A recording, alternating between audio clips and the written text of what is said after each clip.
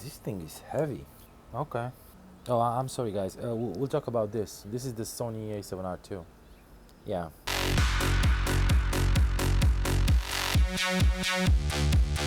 Okay, guys, let's dig into it. This is the Sony A7R2. It's a 2.5 years old camera.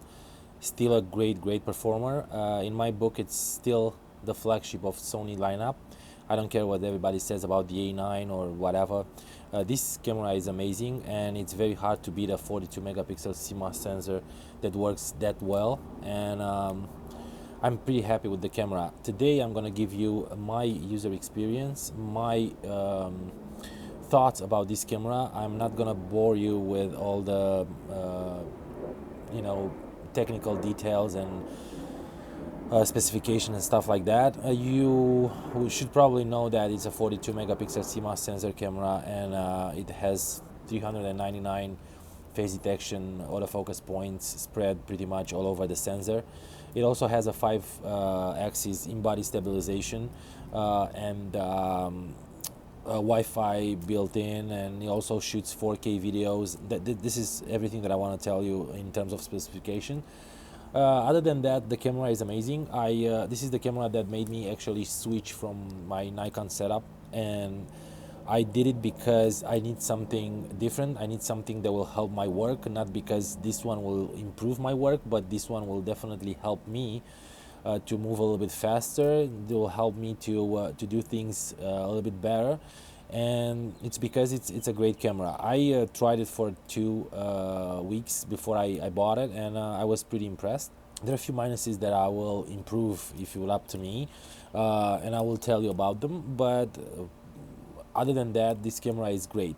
The user experience, I'm a portrait and wedding photographer, commercial from time to time, and this camera offers me exactly what I want. I think that for wedding, portrait, and commercial photographers, this camera is everything that they need. There might be a few minuses, and one of them it's the fact that the camera doesn't have 2 card slots. It only have one, and for professional use that's kind of a bummer, because losing your work and being unable to explain that to a client, it's hard. And I think that this is one of the biggest minuses that I saw in this camera. It's sturdy, it's solid. I feel that the camera was built like a tank in the mirrorless area.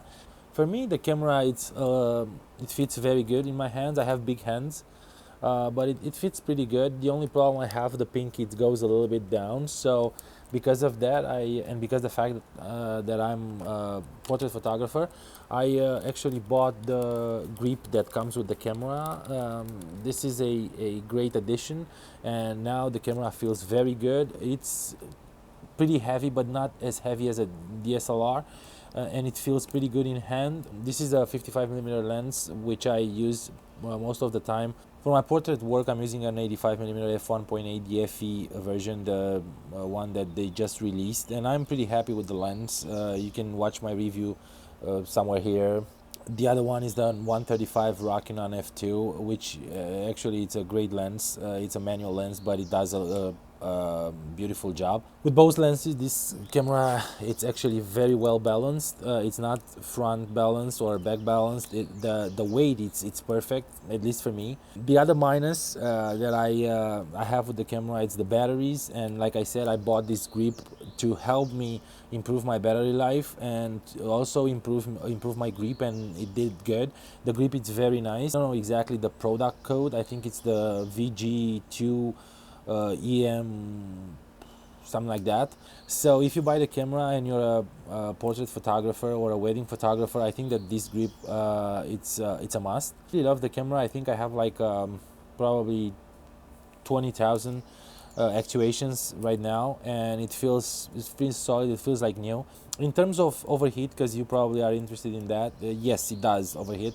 If you're shooting in direct sunlight, and if you're shooting continuously for an hour or something like that, it'll probably start overheating. You'll probably notice the icon popping up on the LCD. Other than that, like I said, the camera is sturdy, and I love it. I would have loved to have a knob over here like the one they put in the new A9 for the focus mode selection. It will be nicer. As improvements that I will add to this camera, I will probably improve the battery life. I know it's impossible right now. No firmware update can do that. It's a hardware stuff, but this will be the only thing that this camera will need. I'm pretty happy with the camera. I shoot with it everything. I shoot wedding. I shoot portraits, commercial, like I said, even fashion photography. It's great. It makes it easy to crop the pictures out of 42 megapixels. Another feature that I would like to have will be more customizable buttons. You know, the buttons that will help you have a great experience with this camera. We already have 4 buttons. It's not bad, but I feel that another button will do even better. Another thing that I want to talk about is the grip. The grip is a little bit too tight. Big lenses will probably stick on your fingers down here, and it's a little bit uncomfortable. I got used with it. I don't have a problem, but I'm just saying it feels like a minus to me. Okay, now who's this camera for? Well, I believe that this camera will actually fit in any genre of photography. There are a few genres that will actually benefit from having a 42 megapixel sensor and all the autofocus features that this one has, and there will be portrait photography and landscape photography. It's actually a little bit annoying for wedding photography because those big files that you have and unloading your work, which means thousands of pictures throughout the day, it's a little bit you know, slow and annoying, and even editing it's not that easy. If you're using Lightroom, Photoshop it does good, at least on my PC, but Lightroom struggles a little bit with those huge files. Now, if you ask me if I'm gonna buy the A9, I'm gonna give you a straight answer: no, I won't, because I don't need that camera. I'm not a sports shooter. I'm not a wildlife photographer.